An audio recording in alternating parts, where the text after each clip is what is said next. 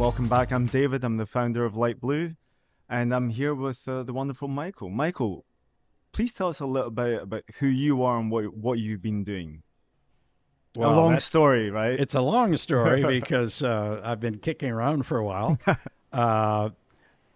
I was, as a young man, I was a naval officer in the U.S. Navy. And when I got out, I thought, I need a job and I don't know anything. So I think I better go to business school.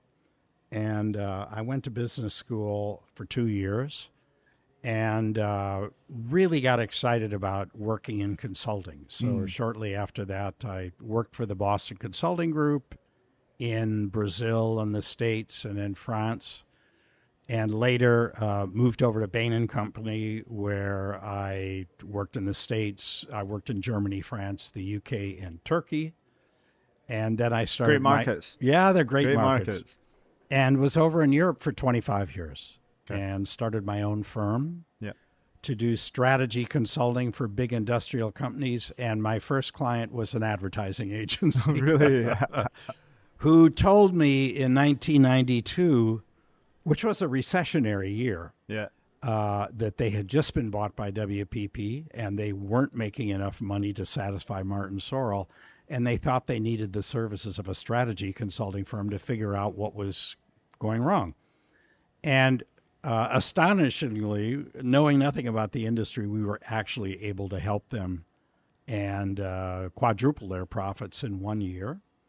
And that set me on the course to wanting to work with ad agencies forever. And so back in 92, we made a commitment to work with ad agencies and their client, given the fact that it is an industry that has gone through more changes than any I had seen in my BCG or Bain days. Yeah. So when you think about change from commission to fee, change in that procurement entered the picture, when did that change for you? When did procurement become a big conversation? I think procurement, when all of the advertisers had shifted to fee arrangements, they realized, the marketing people realized, that they didn't know anything about agency economics. And if you're going to do fee-based remuneration, how many people, what are their billing rates, what's the overhead rate, that they were outside of their league. So they brought in the procurement people that had been buying, like in the car companies, the people that bought axles and brake systems and so forth. They thought, why don't you come over and help us manage media costs and agency costs, because they're a very big part of our income statement. So in my experience, that happened around 2001, 2002, that procurement started to have a big voice. And it was a shock for the agencies to have two dialogues, one with marketing over what work needs to go on, and the second one with procurement over what the fees are. Yeah. Before, the fees were automatic. It was a 15% commission. Yeah. The other thing that happened was, just a few years later, we had the digital and social innovations, which completely changed the scope of work. And by then, the scopes got to be so big that marketing really did need some analytical support from procurement. So they became two-people teams at the advertisers and have not necessarily worked together effectively. So advertising people were now in rooms with procurement. So you had marketeers and finance, born and bred people, in terms of now talking numbers. So you had essentially creative minds negotiating with finance, and there must have been this huge kind of mental change of how to approach the billing from an ad perspective, because you're then really having to quantify your hours, your creative, and everything else that goes along with it. How did it work back then? Because even for us nowadays, we now bring finance into the room to have those conversations, to allow marketeers and creatives be creative. But how did that work back then? Well, back then, let me relate something that happened in 2003. Ford hired me, and they were working with Young and Rubicam, which had two brands that they worked, two car brands that they worked on. It was Lincoln and Mercury. Mercury since dead as a brand, but Lincoln continues. And it was a recessionary year. I don't recall, you might not remember, but Ford was really on the brink financially then. And so they told me, we're going to have to cut Y&R's fee massively because of the recession and because of our own terrible financial situation. That's when the Ford Taurus was the #1 car in the US. Yeah, that's right. Right? Yeah. And they said, could you work with the agency to make this more palatable? In other words, help them cut the scopes of work, not just fire people.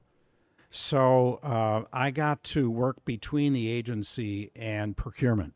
Now, the procurement guy told me an interesting story. He said, I used to buy axles for Ford trucks for the F-150 and axles for the cars. And then I came over and he said, when I was doing this for axles, we spent all our time thinking about what are the non-value added costs that we can get rid of in designing axles, developing prototypes, and then having production contracts. He said, so it was natural for me to go to the agency when I came in to say, tell me, what is the process by which ads are created? And where do we think the inefficiencies are that we can get rid of so that everybody can focus on doing the right work?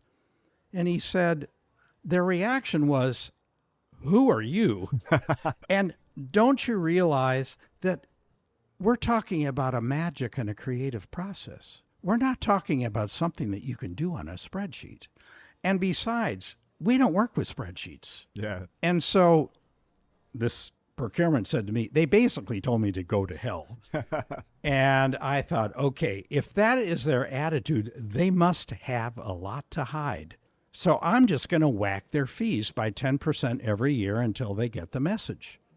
And he said, this is the third year in a row I've whacked their fees by 10%, and they seem to be able to absorb it.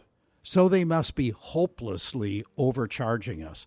That was the dynamic. And I think that is actually what has happened between procurement and the agencies forever, because agencies have never said, okay, we're going to give you the analytical detail you need. This is how an ad gets put together from the time it's briefed, the number of teams we put on it, going through the internal processes to get internal approvals, then taking it to the client to get approvals, or going to rework. Agencies don't actually know that process very well. And it's even harder today with the expansion of the scopes of work. But it set up the two sides where procurement actually wanted to improve process, not cut fees. And agencies said, this is magic, and it doesn't work that way. No, but I think that it's very true. And I think even nowadays, in terms from a creative process, within even my agency, we look at the process completely to identify where there's savings. And I guess we're in this age now is where AI is playing its part. And I think we're still fumbling in the dark. I think there's still test and learn elements. How do you see AI playing in this space at the moment for efficiencies within agencies and, the end client as well?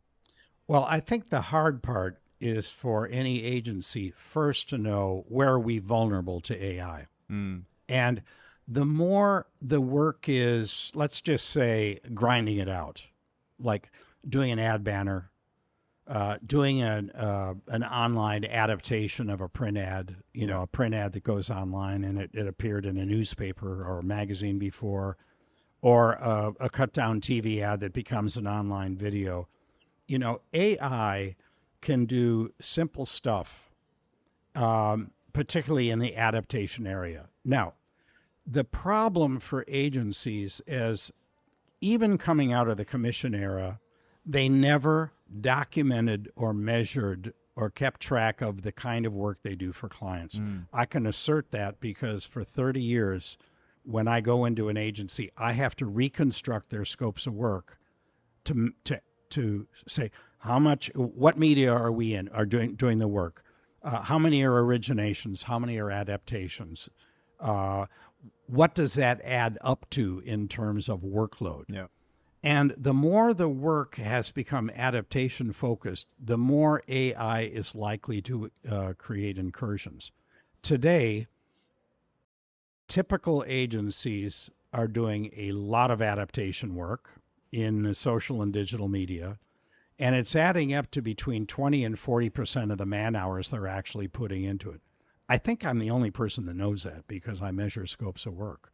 But that 20 to 40% represents the vulnerability, because whether they do AI themselves or whether the clients do it, those are the man hours that are going to disappear. Yeah. And therefore, since people are paid by the hour, that's the revenue that's going to disappear. So if I were running an agency today, I would be terrified that if I didn't start charging for product work as opposed for some guesstimate of man hours, if I didn't do that, then AI was going to take away revenue from me. Yeah. And I think there's a very dramatic need today for agencies to shift from hours-based billing to product-based billing. But the first thing they need to do is figure out where are we vulnerable and how big is it and how fast do we have to move. Do you think there's a fear factor for agencies where potentially clients might bring some of that in-house because of AI? I don't think there's enough fear. You know, in that same Ford thing, Ford was doing national advertising for those two Ford brands, and they were also doing the dealer advertising, which is all the cut down stuff. Yeah.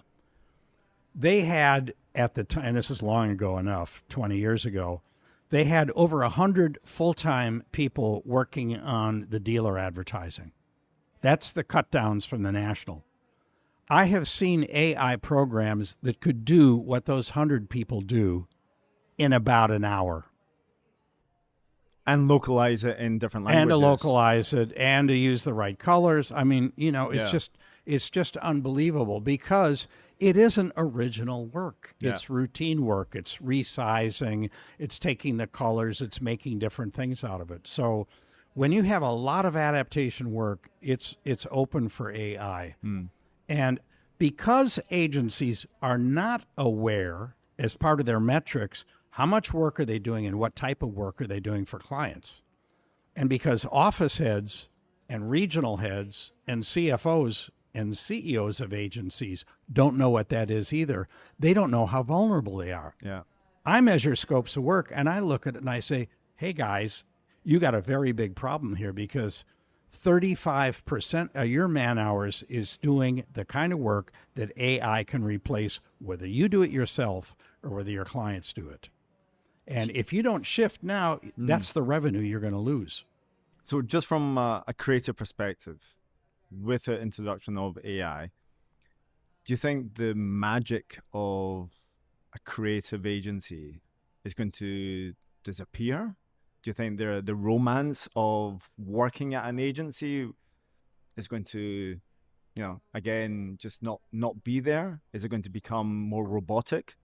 Because it's going to be one lead visual that's just going to be multiplied across every market and every language, and it'll be just adapts rather than the pure creative. No, ambition. I think the need for great creativity rises. First of all, let's talk about the 30 to 40% of the man hours that are doing adaptation work.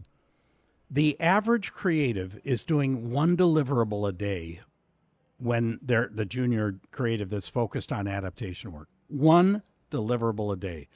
In the old days, before digital and social, a creative did 7 executions a year. Yeah. They had weeks to work on it, and it was highly creative.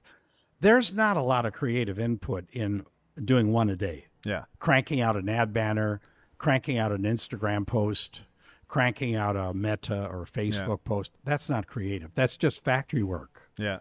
Okay.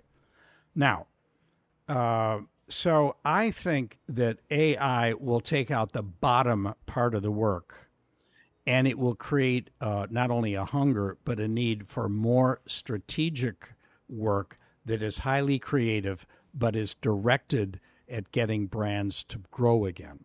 Okay. Now, let me give you Does that affect the ad students coming out of university and, with the training, that apprenticeship kind of they're learning? being trained for factory work. Yeah. I mean, we do it. I teach at City College. Uh-huh. And so are we going to lose that next generation because they won't have to be educated like they used to be? No, I think the education will be more fundamentally strategic. Okay. Look, what's wrong with today's agency ecosystem? The scopes of work are big, bloated, full of adaptations, and they don't deliver value. Clients, advertisers are not growing. Yeah. So whose fault is that? Is that that's the advertisers. That's advertisers. The advertisers' or is fault. It the let's CMOs? say the advertisers are trying to demonstrate that their marketing mix covers all media possibilities. They're trying to prove, hey, we're doing work in every possible media. Look how relevant we are. There's only one problem with it. It's not delivering growth. Yeah. Maybe they don't need to be in every media. Yeah. Let me, you're aware of Burger King, right? Yes. You know the chain? Yeah. I've eaten there once or twice. All right. But I have not because I know something.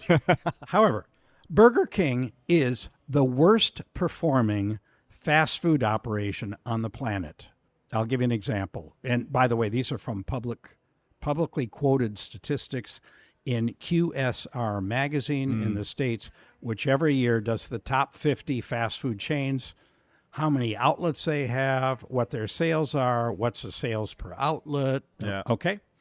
Burger King, since I think I have 20 years of data. Today, their sales per store, per outlet, is about $1.5 million. McDonald's is $3 million per store, double. Yeah. And Chick-fil-A is $6.1 million. And Burger King is number 20 in the league table among all the fast food chains. Okay. Burger King is also the most awarded creative company in the world. Its chief marketing officer of the last few years, who's since moved on, was twice named Marketing Genius of the Decade. And he won for a number of print and TV campaigns, all the Cannes awards. Yeah. Well, that was pure creativity.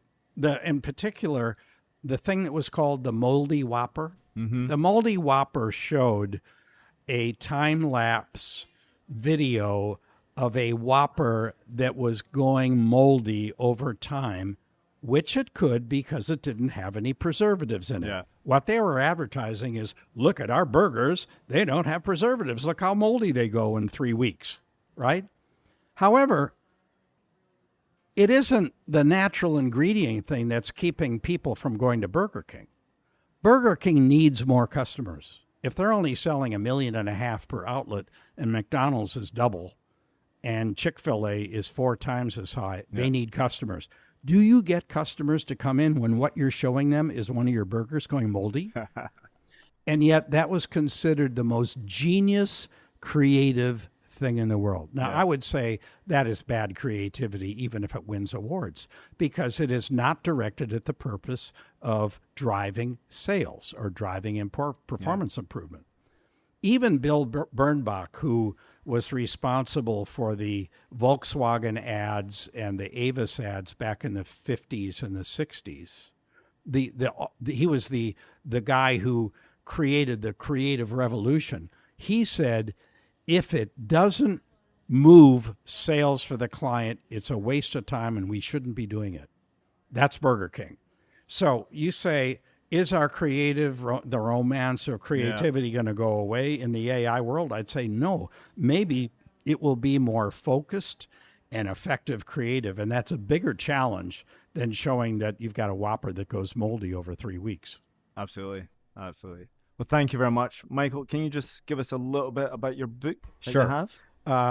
I just recently finished writing Madison Avenue Makeover, The Transformation of Huge, which is a digital creative agency, the transformation of Huge and the redefinition of the ad agency business. Now, In 2021, I was invited by the new chief executive of Huge, who was a media executive named Matt Baxter, an Australian that was running Initiative in the States, a media agency, who was sent over by IPG to turn Huge around. I knew Matt from work I did with Initiative. He called me up on a Friday afternoon in the summer, in the middle of COVID, and said, "Hey, I've just taken over Huge. I've got a writing project for you. How would you like to be a fly on the wall for the next year while I transform the agency and you write about it?" And I thought, wow. He said, "I read your first book. The first book I wrote was called Madison Avenue Manslaughter, and it was about everything that's bad about the way agencies are run." Yeah. He said, "I've read your book. I'm not going to go down that path, so I'm going to go a completely different way and transform the agency. And you can come in and do this." So that was in July. In September, we negotiated a contract that gave me full access to the organization, total editorial independence to write whatever I wanted without his approval, as long as I didn't use any proprietary numbers. And I worked with them from September 21 until November 22, doing the research. And then in the last 4 months of that, I wrote the book, sent it off to my publisher, and the book came out in June 2023, just in time for Cannes.